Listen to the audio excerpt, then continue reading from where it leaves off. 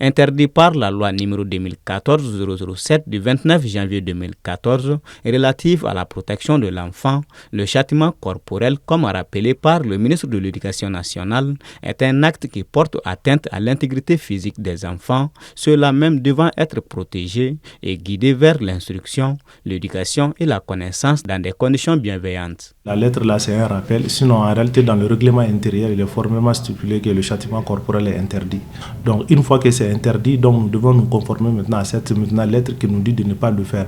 Parce qu'en réalité, le châtiment corporel qui n'est pas très pédagogique traumatise l'enfant.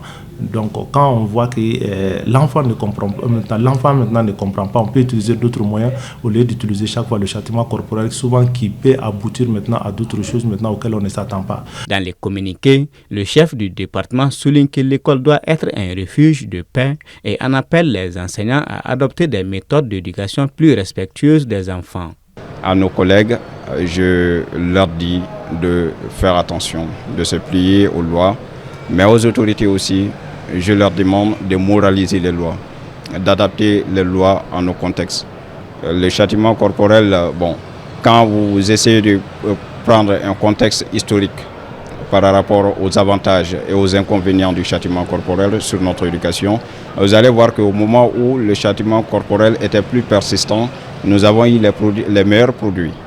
Et aujourd'hui qu'on est en train de relâcher le niveau, vous êtes témoin du niveau des enfants. Donc, mais quand même, je m'oppose à un excès du châtiment corporel.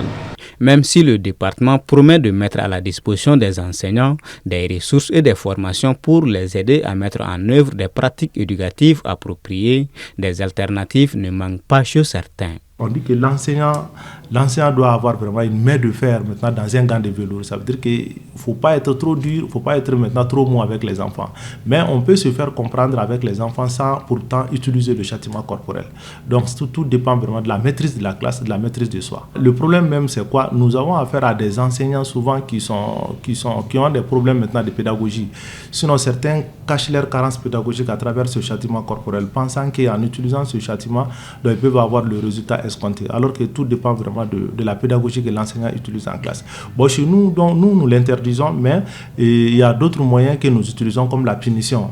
Donc souvent, si on a maintenant des problèmes maintenant avec certains élèves, donc soit on leur dit maintenant de recopier certaines leçons, soit on leur met en genoux, soit nous leur disons maintenant d'aller appeler leurs parents aussi pour voir ces choses-là.